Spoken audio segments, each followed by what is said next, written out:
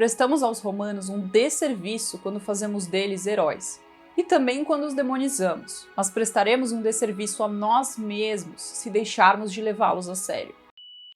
Olá, tudo bem? Eu sou a Bia, jornalista e apaixonada por livros, e na resenha de hoje vamos falar da obra SPQR, uma história da Roma Antiga, de Mary Beard. Mary é professora de estudos clássicos em Cambridge e também dá aula de literatura antiga na Academia Real Inglesa. Estudou Roma por mais de 30 anos, movida por uma curiosidade pessoal que tinha desde criança. Depois de suas muitas leituras, estudos arqueológicos e análise de documentos, ela escreveu um livro para contar como foi a formação da cidadania e identidade romana, mostrando por que essa cultura ainda é relevante no século XXI. Afinal, como foi que uma pequena vila na Itália se tornou uma potência mundial, presente em 3 continentes diferentes? Bom, vem comigo que eu te conto. Vamos conversar um pouquinho sobre o que a autora trata e os principais pontos que ela traz no livro.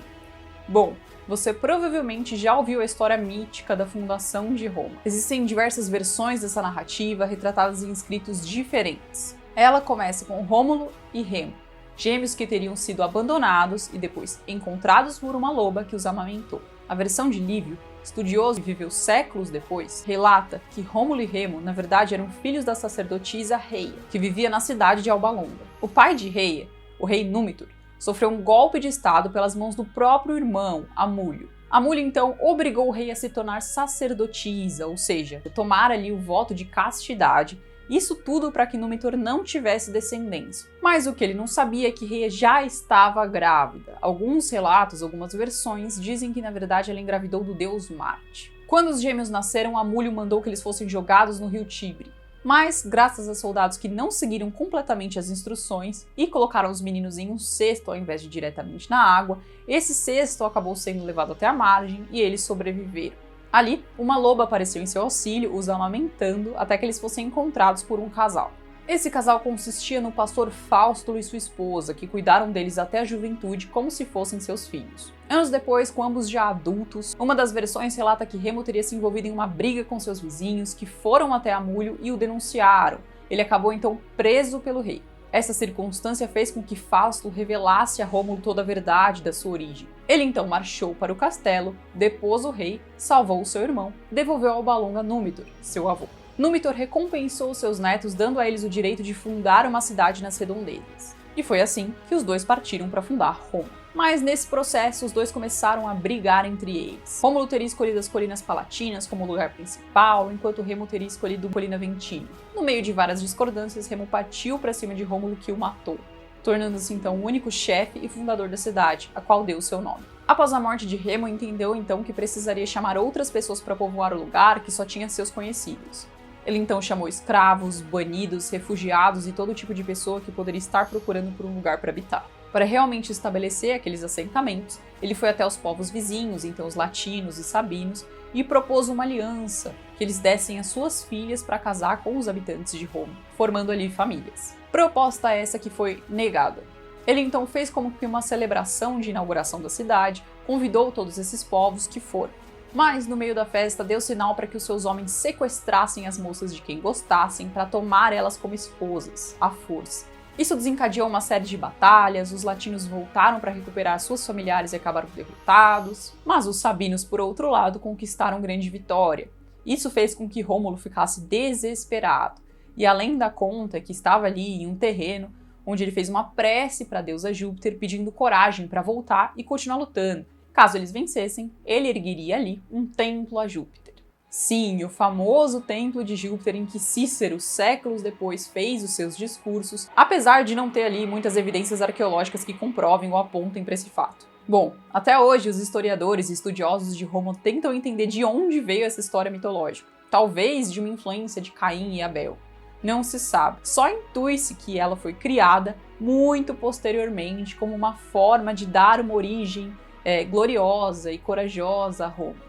Uma origem que refletisse os valores desenvolvidos e adotados pelos romanos durante o tempo. A bravura em guerrear, a receptividade a povos diferentes, a coragem, entre outros. Em resumo, é mais provável que Rômulo tenha sido criado para ser o senhor Roma do que Roma tenha sido de fato fundada por ele. Curiosamente, outros estudiosos também apontam que, na verdade, a fundação de Roma teve participação de Enéas, depois ali da sua fuga de Troia no enredo da Ilíada.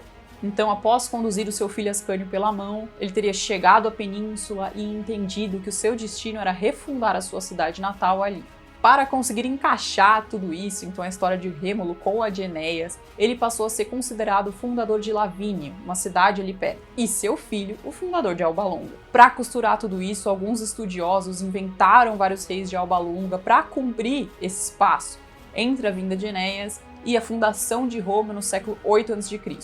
Aliás, um episódio do livro Eneida, escrito lá no século 1 a.C., com o objetivo de contar a ancestralidade do povo romano, Enéas visita o local onde futuramente seria a cidade de Roma, e lá ele encontra alguns habitantes que seriam os predecessores do povo romano. Eles eram dominados por um tal de rei Evandro que veio do Peloponeso. Ou seja, é interessante perceber que não importa a versão, os habitantes de Roma sempre parecem remontar a outros lugares. Mas, passando do mito à história, vamos continuar falando sobre o que o autor apresenta no livro. De 1000 a.C.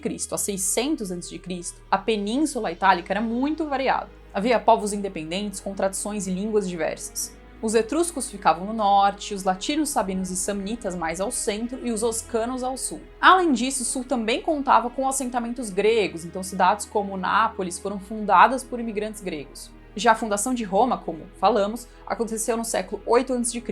E, do mito que conhecemos, podemos extrair a verdade de que o povo romano veio de uma mistura entre sabinos, latinos, gregos e etruscos. Dessa época, há muita ficção que se mistura com a realidade. Por exemplo, Rômulo é considerado o primeiro rei de Roma.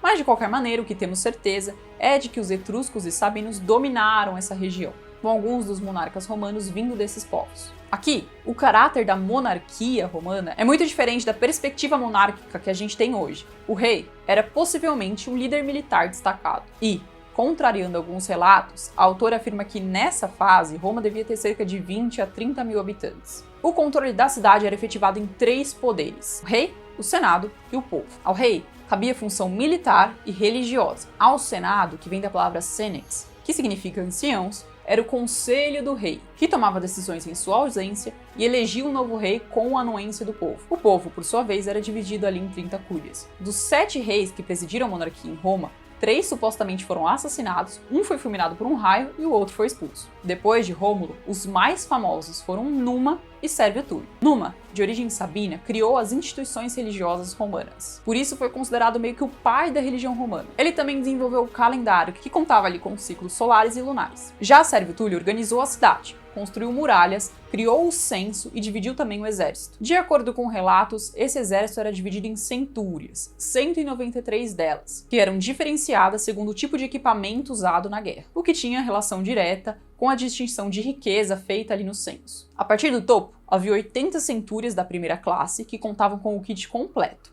Depois disso, mais 4 classes até chegarmos na quinta, que contava com 30 centúrias e lutava mais ou menos com pedras e outros elementos rústicos. Acima delas havia 18 centúrias da elite, tirando os músicos que acompanhavam também. Os mais pobres, que formavam ali a classe mais baixa, eram isentos do serviço militar, isso porque lutar naquela época era considerado um privilégio. E acredita-se que Sérvio Túlio tem usado a mesma base para estruturar a Assembleia Eleitoral, em que cada centúria correspondia a um voto em bloco, ou seja, caso as 80 centúrias da primeira classe e as 18 da elite se unissem, elas facilmente se sobreporiam às outras classes juntas. Isso porque, apesar do nome, as centúrias não tinham números de pessoas definidos. É claro que existiam muito mais pobres, mas eles se reuniam apenas em 30 centúrias, enquanto os da primeira classe e elite eram 80 e 18. Lembrando que o voto era feito em blocos. Mas, apesar de todos esses relatos, incluindo do próprio Lívio, a autora acha isso nada além de um anacronismo. Ela afirma ser inconcebível a ideia de um sistema tão complexo já na Roma primordial,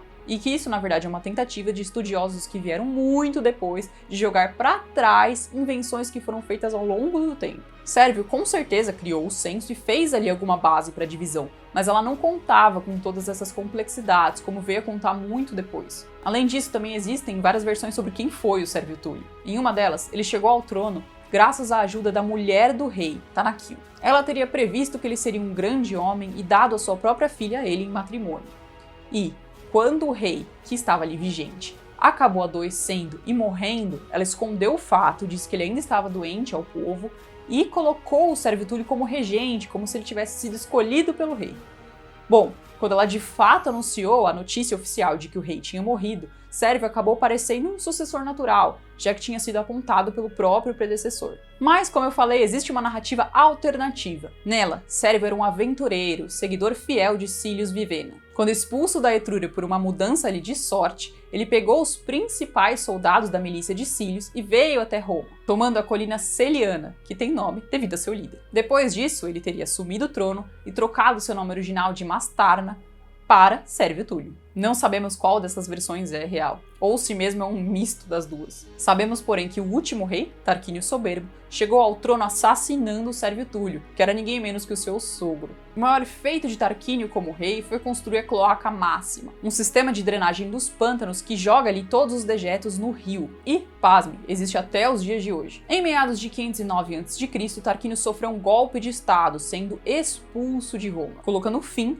na fase da monarquia romana. O estopim dessa reviravolta, supostamente, foi um estupro. Isso porque enquanto o rei estava fora em campanha, o seu filho, o sexto Tarquínio, teria estuprado Lucrécia, uma jovem nobre. Mais tarde, a moça revelou esse fato ali a diversos outros nobres e, em sequência, tirou a própria vida na frente de todo mundo. Os nobres, que já estavam indignados com os desaforos causados pela família, junto com o Senado, que a odiava, e, liderados por Lúcio Brutus, expulsaram toda a família deles de Roma. O exército apoiou Brutus, e apesar das inúmeras tentativas posteriores de Tarquínio de reassumir o poder, a república foi estabelecida e os 2 primeiros cônsules eleitos. Brutus e Colatino, que era o ex-esposo de Lucrécia, agora enviuvado, foram eleitos cônsules. Esse cargo passou a ser uma autoridade definidora do novo regime. Afinal, presidia a política na cidade e comandava os soldos. O cargo tinha mandato de 1 ano e era eleito por voto popular. Uma das suas obrigações também era presidir as eleições do sucessor. E, como vimos, essa posição era dividida em 2, exceto em alguns casos emergenciais. Nessa mesma fase, no século V a.C., Atenas tinha expulsado diversos tiranos, construído algumas de suas famosas instituições e legado ao mundo a ideia da democracia, mesmo que diferente da perspectiva que nós temos hoje. Bom, os historiadores eles não ignoraram esse paralelo histórico, em que Roma também criou as suas instituições e deixou o legado da liberdade. A República Romana foi marcada pelo domínio do Senado, o início da tradição jurídica, as conquistas dos plebeus, expansão territorial e a profissionalização do exército. Nela, foi começando a se definir o que significava ser um romano. Em relação à tradição jurídica, as 12 tábuas são um bom exemplo. Instituídas em 451 a.C., elas continham leis que estabeleciam o poder do pai sobre a família, como deveriam ser os julgamentos e quais as punições. Continha procedimentos acordados, compartilhados e muito conhecidos para resolver disputas, além de reflexões sobre como lidar com obstáculos teóricos e práticos à consecução disso. Elas também apontavam para uma hierarquia entre os cidadãos. Uma de suas cláusulas estabelece uma distinção entre plebeus e patrícios, acidui, que eram os homens proprietários de terra, e proletário, que eram os homens que não tinham terra, cuja maior doação à cidade de Roma eram os próprios filhos, ou seja, a prole. Outra cláusula também se refere à questão dos patrões e dos clientes e às suas obrigações mútuas. Em relação a todas essas disparidades, que com certeza já existiam na fase monárquica, houve um grande avanço durante a República. Um bom exemplo foi o conflito das ordens, uma disputa política entre patrícios e plebeus que durou de 494 a 287 a.C.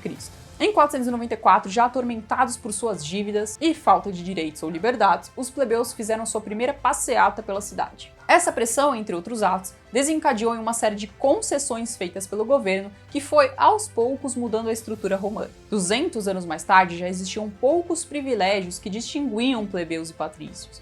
Entre eles, alguns antigos cargos de sacerdócio e um calçado que, teoricamente, só os patrícios poderiam usar.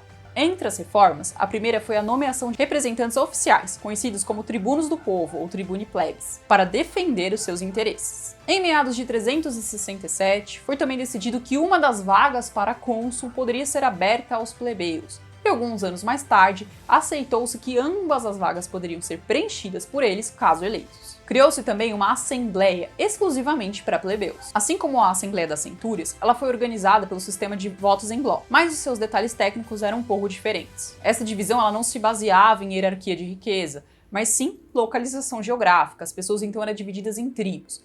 Não tribos em questão de etnia, como a gente pensa, hoje, mas tribos por mera localização. Já em uma das últimas reformas, lá pelo ano 200 a.C., as decisões dessa assembleia passaram a ter valor de lei, como obrigatoriedade legal sobre todos os cidadãos romanos. Foi dada, então, a uma instituição plebeia a força de legislar, em nome do povo. Nesse tempo também aconteceram diversos conflitos militares. Começaram em 396 a.C., quando uma grande cidade etrusca, que era rival de Roma, caiu após décadas de luta. Seguiram-se então 2 conflitos bem significativos. A Primeira Guerra Latina, travada contra os vizinhos de Roma e desencadeada por uma posição dominadora demais por parte dos romanos. Ela foi notável não tanto pelas suas batalhas, mas pelas suas consequências. Entre elas, a concessão da cidadania romana para praticamente todos os derrotados. Isso também serviu para expandir o que significava ser romano na época. E a própria ideia de você poder ser cidadão de 2 lugares ao mesmo tempo já era algo revolucionário. Bom, 50 anos depois dessa primeira guerra, houve as guerras samnitas, em que o famoso comandante Barbato teve ali as suas vitórias. Elas acabaram com mais da metade da Península Itálica sob domínio dos romanos, ou por controle militar ou por tratados de amizade. Ali, os romanos passaram a ser conhecidos pela sua grande disciplina e força militar. Eles também passaram a contar com a possibilidade de convocação de soldados à vontade. Isso graças a todos os povos que estavam sob o seu domínio. Olhando para trás, é difícil afirmar se isso foi um plano traçado desde o início, uma ideia de dominação ali total, ou se foi uma casualidade de batalhas sendo ganhas. Isso porque, na verdade, o domínio romano era sobre povos e não sobre lugares. Até então, Roma não havia ocupado os territórios derrotados, mas sim imposto uma condição, de que eles fornecessem seus homens como soldados. Esses povos não foram tomados de outras maneiras até então. Seguindo essa lógica, nessa fase, os romanos deveriam ter, lá estima-se, cerca de 500 mil de soldados à sua disposição. É muita coisa. E esse número só aumentou com o tempo. Em 208 a.C., no consulado do Cipião Barbato, os romanos capturaram diversas cidades samnitas. E a própria cidade de Roma, nessa fase, já era bem diferente da Roma da época em que Lúcio Brutus foi cônsul. Estima-se que nesse período a cidade abrigava cerca de 60 a 90 mil pessoas. Além dos cônsules anuais, também foram criados diversos cargos menores, como os pretores e os questores. Esses oficiais eram chamados de magistrados, apesar das suas funções não estarem necessariamente ligadas à legislação. O Senado também era formado por uma maioria que já tinha ocupado cargos menores anteriormente. Então, a organização dos cidadãos, a Assembleia das Centúrias, a Assembleia dos Plebeus, também já davam um sustento ali ao funcionamento político de Roma. O exército já estava organizado em suas legiões e os primórdios de um processo ali de cunhagem oficial davam seus primeiros passos. E foi nesse período que eles também enfrentaram o primeiro inimigo além-mar. Seu nome era Pirro, governador de um reino da Grécia que navegou até a Itália para defender uma das cidades tomadas por gregos. Da invasão de Pirro até 146 a.C.,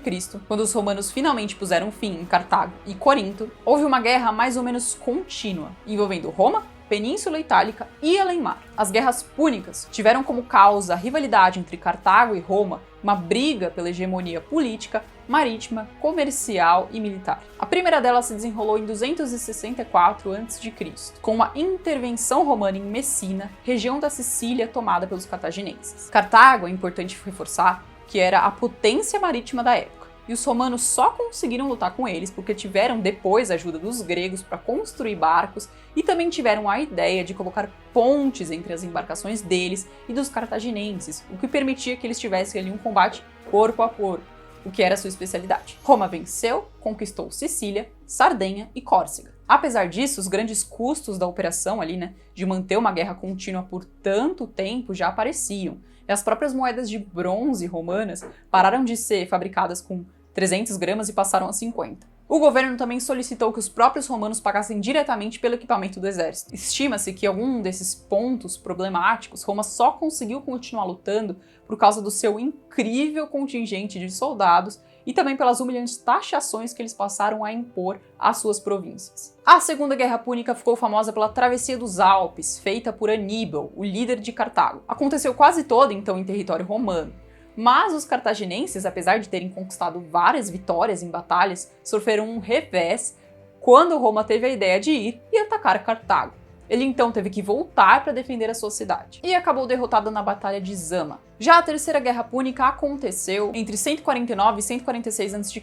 Sob liderança de Emiliano o Africano, Roma atacou e destruiu completamente Cartago. escravizando sobreviventes e tacando fogo na cidade. Milhares desses cativos foram somar-se a outros escravos que já trabalhavam nos campos, fábricas e minas. Mas em contraponto com a dificuldade enfrentada em certos momentos, Roma tirou muito lucro da atividade bélica. Isso por causa dos tesouros espoliados, que eram muitos, e também por essa questão da produção escrava. Ainda assim, o longo cerco e a destruição de Cartago foram alguns dos indícios da ruptura da República. A autora aqui ilustra com algumas histórias que nos mostram como estava a atmosfera em Roma. Em 133 a.C., por exemplo, Tibério Graco, que era um dos tribunos do povo, foi morto por um grupo oficial de senadores quando ele tentava pleitear uma eleição pelo segundo ano. Não só ele, mas diversos dos seus apoiadores também foram mortos e os corpos jogados no rio Tibre. Apenas uma década depois, Caio, seu irmão, também teve o mesmo destino. Essas já eram indicações de uma mudança política em Roma.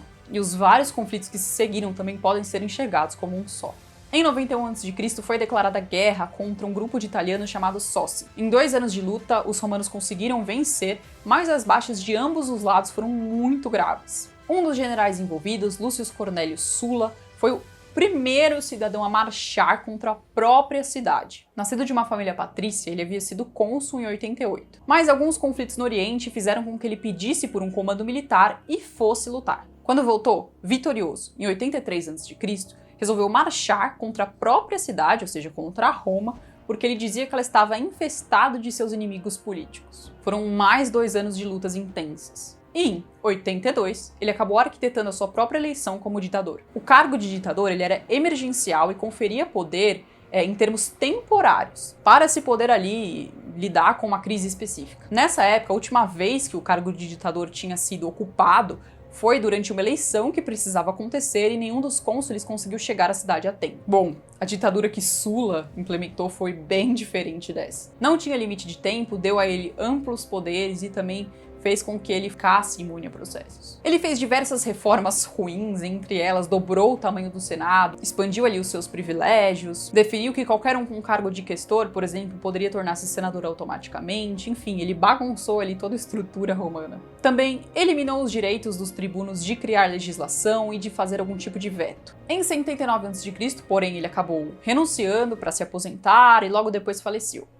Felizmente, depois da sua saída, várias dessas atitudes foram revogadas. Em 73 a.C., sob a liderança de Espartaco, 50 escravos gladiadores fugiram ali da sua escola de treinamento no sul da península e se rebelaram. Passaram 2 anos reunindo apoio e lutando contra as forças oficiais romanas, quando, em 71, acabaram derrotados. Muitas das pessoas que se uniram a eles foram, na verdade, cidadãos comuns que tinham sido expropriados das suas terras pelo governo de Sulla. Seus sobreviventes foram crucificados por toda a Via Ápia. Essa é uma história bastante representada em livros, na TV, no cinema, etc. Outro ponto que a Mary também reforça é que na década de 70 a.C., Cícero, que é o famoso poeta, advogado, escritor e filósofo, foi aos tribunais contra Caio Verres a favor de um grupo siciliano. Esse grupo pediu uma compensação, porque durante o governo de Caio Verres, ele era governador em uma ilha, pelo nome de Roma, ele havia depredado diversas das suas propriedades e causado diversos danos. O sucesso de Cícero no tribunal, com toda a sua retórica, foi espetacular e depois de 2 semanas o próprio Verres acabou se exilando em Marsella.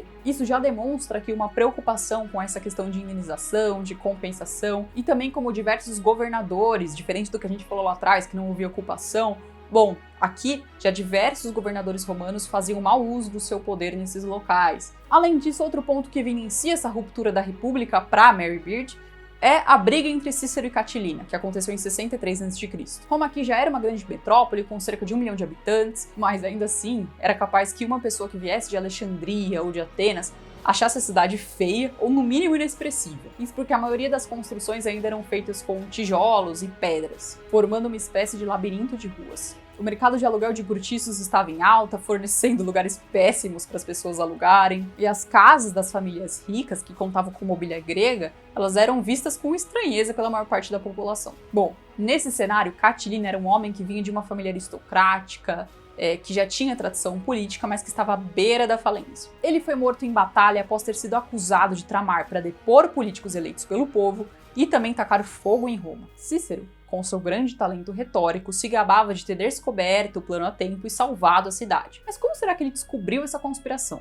Ela se provou verdadeira? A expulsão de Catilina ao encontro de um exército ao norte Foi realmente um indício de que ele estava planejando tudo isso, ou foi uma reação ao que fizeram? Afinal, ele de fato entrou em combate com as legiões oficiais e acabou morto por isso. A atitude de Cícero, que saiu bastante dos processos vigentes, foi válida? Afinal, vale tudo desde que se mantenha a paz interna?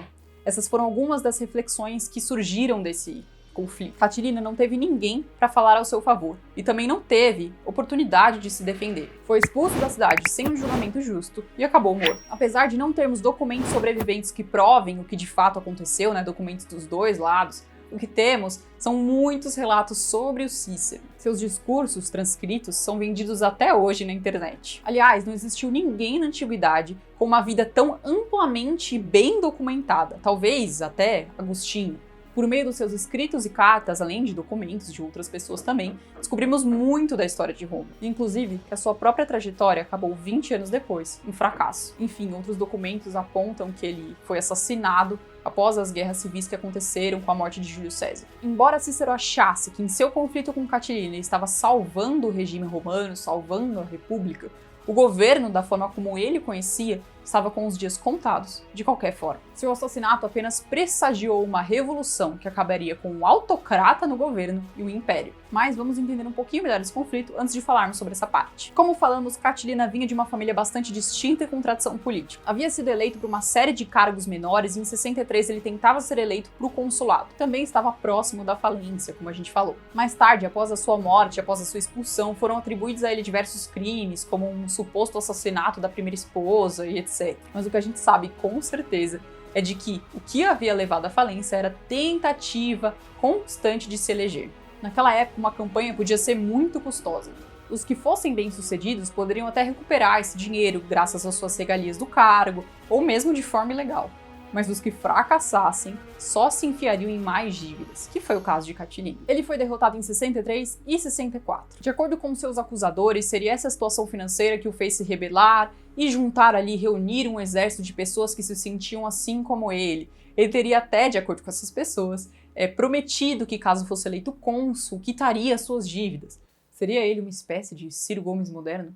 Não sabemos. Sabemos que Cícero, o seu oponente, descendia ali de uma família de proprietários, sim, mas não com tradição política. Na verdade, ele vinha de outra cidade, nem de Roma. Sem essas vantagens familiares, então, ele contava muito com o próprio talento e também com a rede de contatos que aos poucos foi construindo. Ficou famoso por sua brilhante atuação como advogado nos tribunais e essa fama o ajudou a ser eleito sem precisar dispor de tanto dinheiro. Assim, em 64 a.C., quando Catilina falhou, foi Cícero que foi eleito cônsul. Para a segunda vaga foi eleito Caio Antônio Híbrido, que na verdade é tio do famoso Marco Antônio. Assim, no verão de 63, depois de assumir, Cícero passou a investigar informalmente a vida de Catilina. Por um longo tempo, conseguiu informações ali por uma informante que na verdade era amante de um do grupo e contou também com a ajuda do Marco Crasso. Quando Cícero finalmente conseguiu um maço de cartas que supostamente incriminava Catilina, já que falava de um banho de sangue, ele também foi informado de que um exército se reunia ao norte. Isso foi o suficiente para que ele convocasse ali, uma reunião no Senado e apresentasse tudo isso aos outros, intimando Catilina a sair de Roma.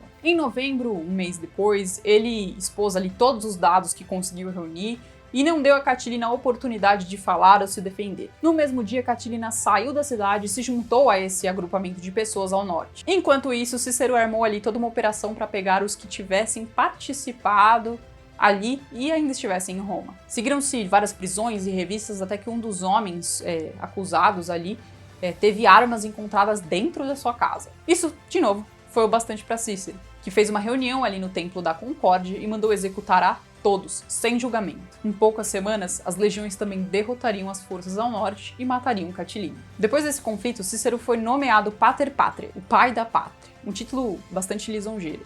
Mas, apesar disso, seu sucesso logo se tornou amargo. Em seu último dia como cônsul, 2 de seus opositores o impediram de falar. Eles insistiram de que quem havia punido a outros e não dado a eles a oportunidade de uma audiência, a oportunidade de falar, também não deveria ser ouvido. Poucos anos depois, em 58 a.C., o povo romano voltou pela expulsão de qualquer um que tivesse mandado executar pessoas sem o direito a julgamento. Cícero saiu voluntariamente de Roma antes de ser expulso e passou por maus bocados lá fora. Isso até o momento em que o povo voltou pelo seu retorno, mas sem a sua carreira brilhante. Com todas essas histórias, o ponto da autora é dizer que a ordem política em Roma estava de cabeça para baixo, que os processos eram cada vez mais ignorados. Em 60 a.C., a ordem sofria rupturas a cada instante. Ao mesmo tempo, novas alianças eram feitas. Pompeu, por exemplo, estava frustrado com o Senado porque eles não ratificavam um dos seus assentamentos no Oriente. Marco Licínio Crasso, o homem que levou os romanos à vitória sobre Esparta, assumia ali o caso de uma empresa prestadora de serviços ao governo.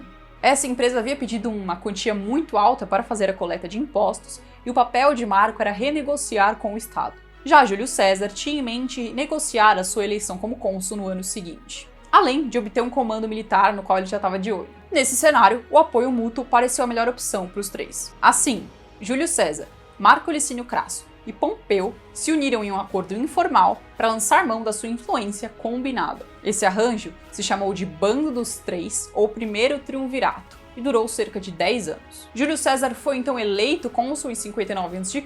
e legislou bastante em favor desses dois, assegurando para si também o comando militar na Gália. Passou a tomada de decisão pública cada vez mais para mãos bem específicas, por meio de subornos e ameaças. Bom, a morte precoce de Crasso torna difícil, um pouco mais difícil em relação aos outros dois, analisar o seu papel nesse trio. Isso porque ele faleceu em uma guerra com os partos, foi decapitado em batalha. Já Júlio César passou 10 anos na Gália, acumulando diversas riquezas. Pompeu, na época, vivia em Roma, mas era governador da Espanha. Em uma inovação, ele passou a assumir o cargo remotamente, uma espécie de home office da antiguidade. Mas, passados os 10 anos na Gália, Júlio César voltou e decidiu marchar sobre Roma, ignorando uma votação feita no Senado para que ele abrisse mão do seu comando militar. Seus apoiadores se juntaram a ele no norte e Pompeu foi meio que empurrado para assumir as tropas anticesarianas. Bom, ele preferiu sair dali e comandar essas legiões do Oriente. Em 48 a.C., então, as suas forças foram derrotadas na Batalha de Farsalos, o que fez com que ele fosse ali encontrar meio que um refúgio no Egito.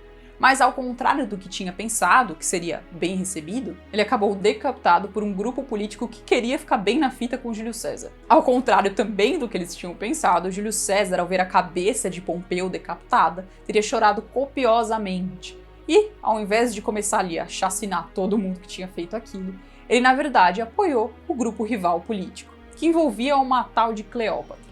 Como é bem conhecido, os dois tiveram um caso. Após a vitória em Farsalos, o Senado fez de Júlio César ditador por mais um ano, e, em 46 a.C., por mais 10. No início de 44, ditador vitalício.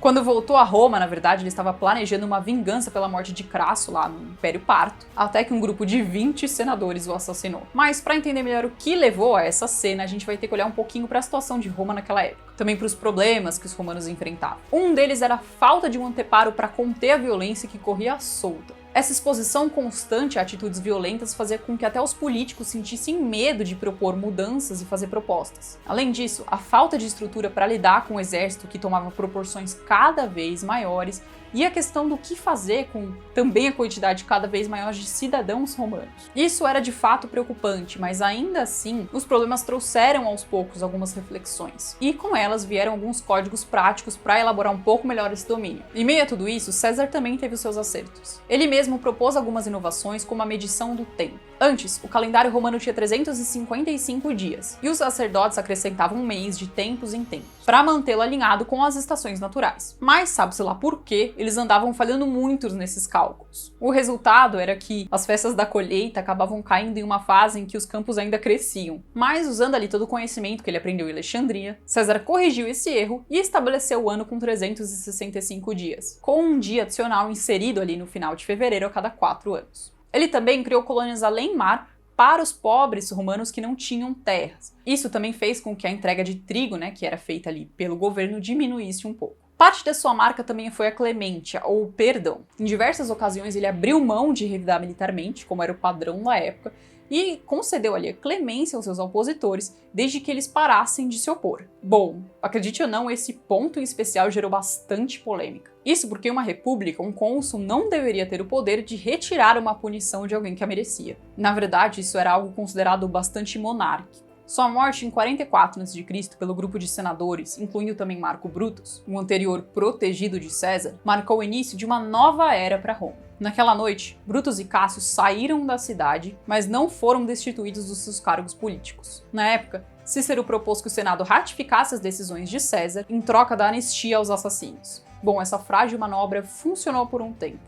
até a chegada do sobrinho e sucessor de César, Caio Otávio ou Otaviano. Em 43 a.C., um ano após o assassinato de César, Roma estava de cabeça para baixo. Com a chegada do sucessor de César, Otaviano, Brutus foi designado para uma província no Oriente. E, após pequenos conflitos militares, houve um período curto de paz, que se denominou o Segundo Triunvirato, envolvendo Lépido, Marco Antônio e Otaviano. O arranjo formal de 5 anos dava a cada um dos cônsules o direito de escolher a província que eles queriam comandar e também o poder de controlar as eleições. Bom, nessa fase, a trégua entre os assassinos do seu tio e Otaviano começou a ficar cada vez mais frágil, e acabou com Brutus e Cássio tendo as suas forças derrotadas pelo Triunvirato. O problema, dali em diante, é que os próprios membros do Triunvirato acabaram virando-se e voltando-se um contra o outro. Quando Otaviano voltou à Itália, ele enfrentou a oposição de Fúvia e de Lúcio Antônio, a esposa e o irmão de Marco Antônio. Eles conseguiram reunir à sua causa diversas famílias que também haviam sido expropriadas e estavam bastante descontentes. Depois de 2 anos de intensas lutas, acabaram derrotados, mas abriram precedentes para uma década de guerras. Fúvia logo voltou para Marco Antônio no Oriente e acabou falecendo. Ele então, enviuvado, casou-se com a irmã de Otaviano, Otávia. Bom, é claro que se tratava apenas de uma manobra política, porque nessa época ele já mantinha um caso com a Cleópatra, e ela estava grávida de gêmeos. Bom, o triunvirato logo foi reduzido a 2 pessoas porque Lépido foi expulso em 36 a.C.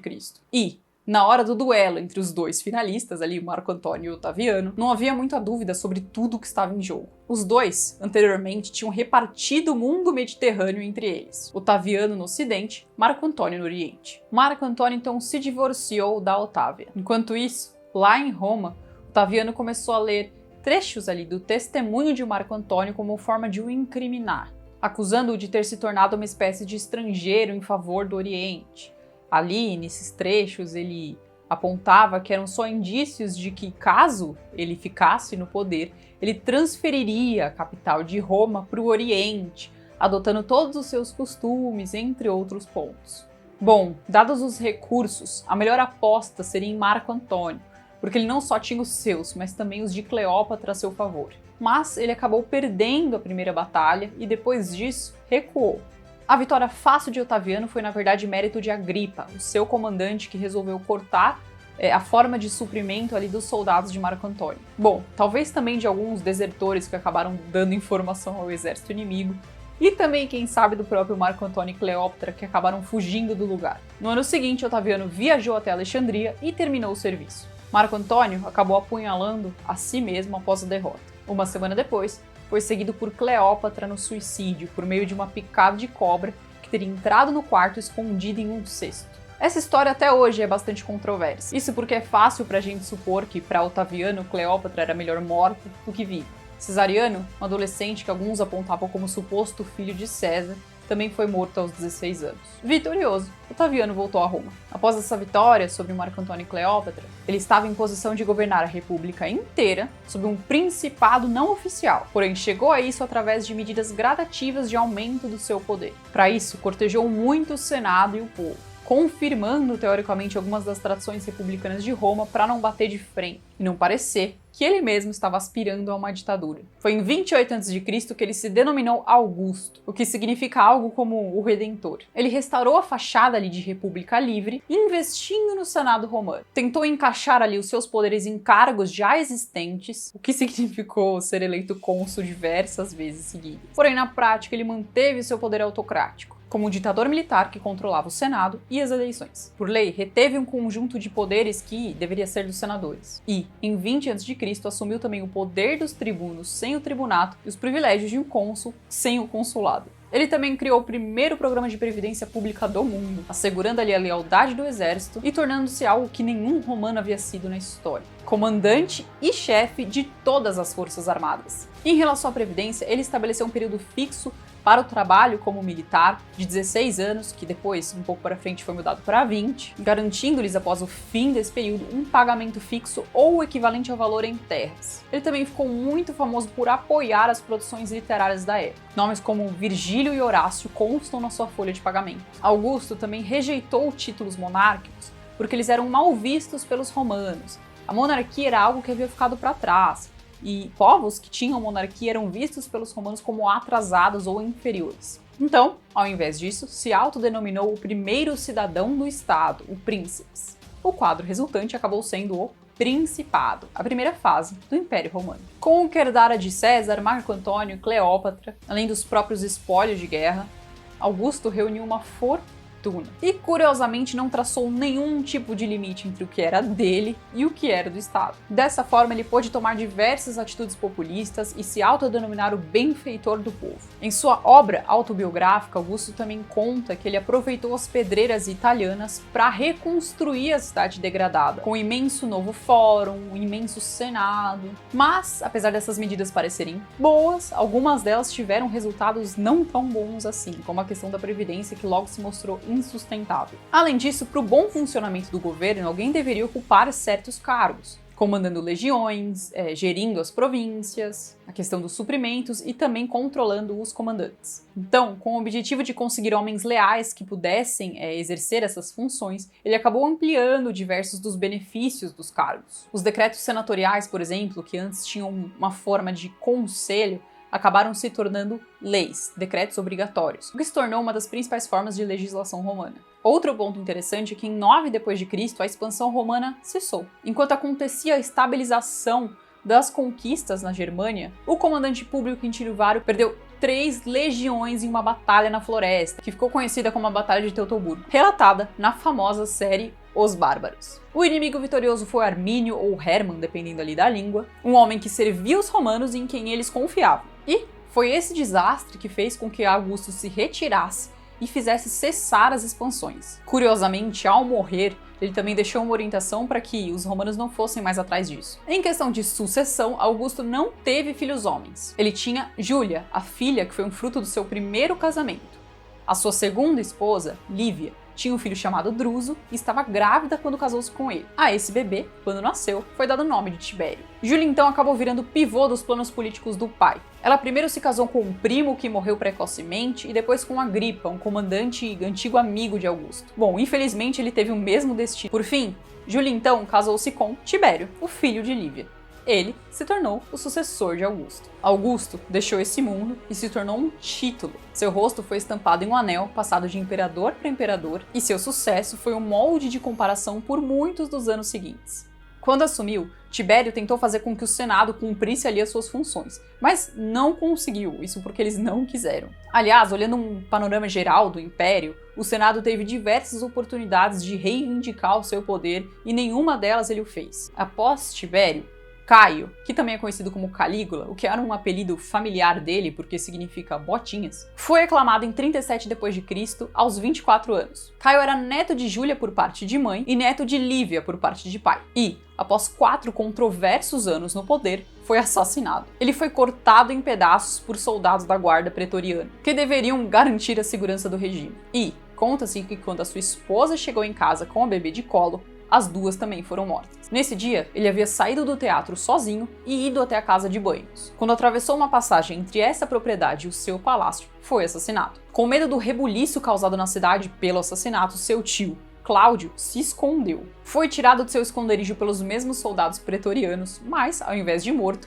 foi declarado imperador. A gente falou do Calígula aqui, e é interessante porque a autora pontua que a reputação dos imperadores dependia muito de quem o sucedia no trono. Muitas coisas fantasiosas eram criadas sobre a reputação deles depois da sua morte. Então, se o imperador fosse assassinado, ele teria grandes chances de ter diversos crimes imputados a ele e coisas absurdas.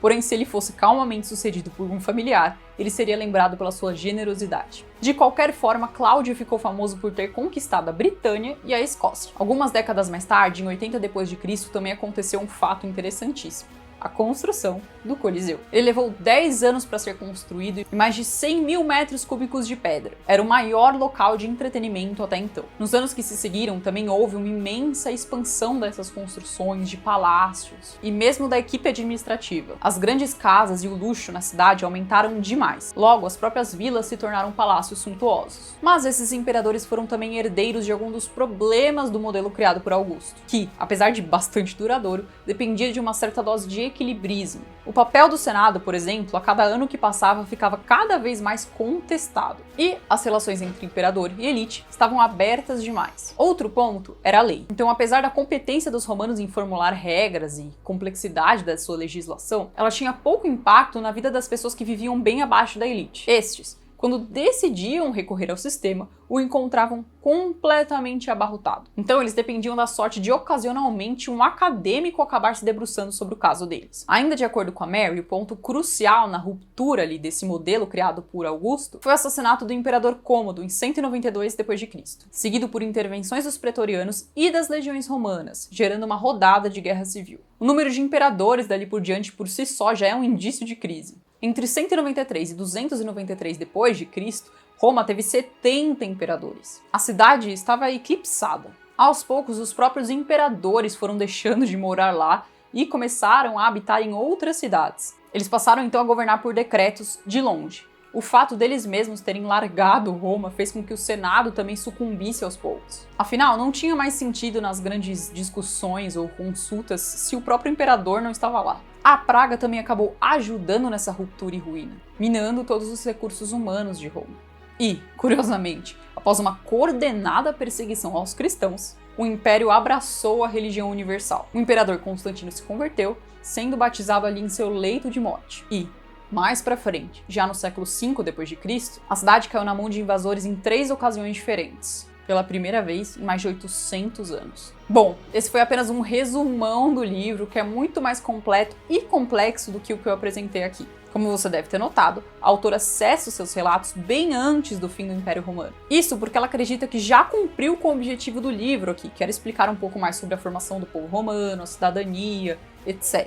Além disso, ela também afirma que outros grandes historiadores já se debruçaram sobre o declínio e queda do Império Romano, inclusive o Edward Gibbon, com 6 volumes intitulados exatamente Declínio e Queda do Império Romano. E, sobre esse PQR, eu posso dizer que ele me fez enxergar Roma de uma nova perspectiva, costurando muitos dos acontecimentos que estavam soltos na minha cabeça e também desmistificando algumas das visões que eu tinha. É uma leitura longa, às vezes pode ser até um pouquinho confuso caso você não tenha uma cronologia ali na sua cabeça, então eu indico que você leia também com anotações ao lado ou pesquisando, isso vai ajudar bastante na digestão de tudo que você vai ler. Eu, com certeza, posso dizer que aprendi muito. É isso. Eu queria pedir para você comentar aqui, caso já tenha lido o livro, comenta o que você achou, ou se tem vontade de ler, o que você achou da resenha também, comentário é sempre bem-vindo. Lembrando que eu deixo aqui na descrição os meus links da Amazon, se você compra por eles, ajuda o canal e não paga nada mais por isso.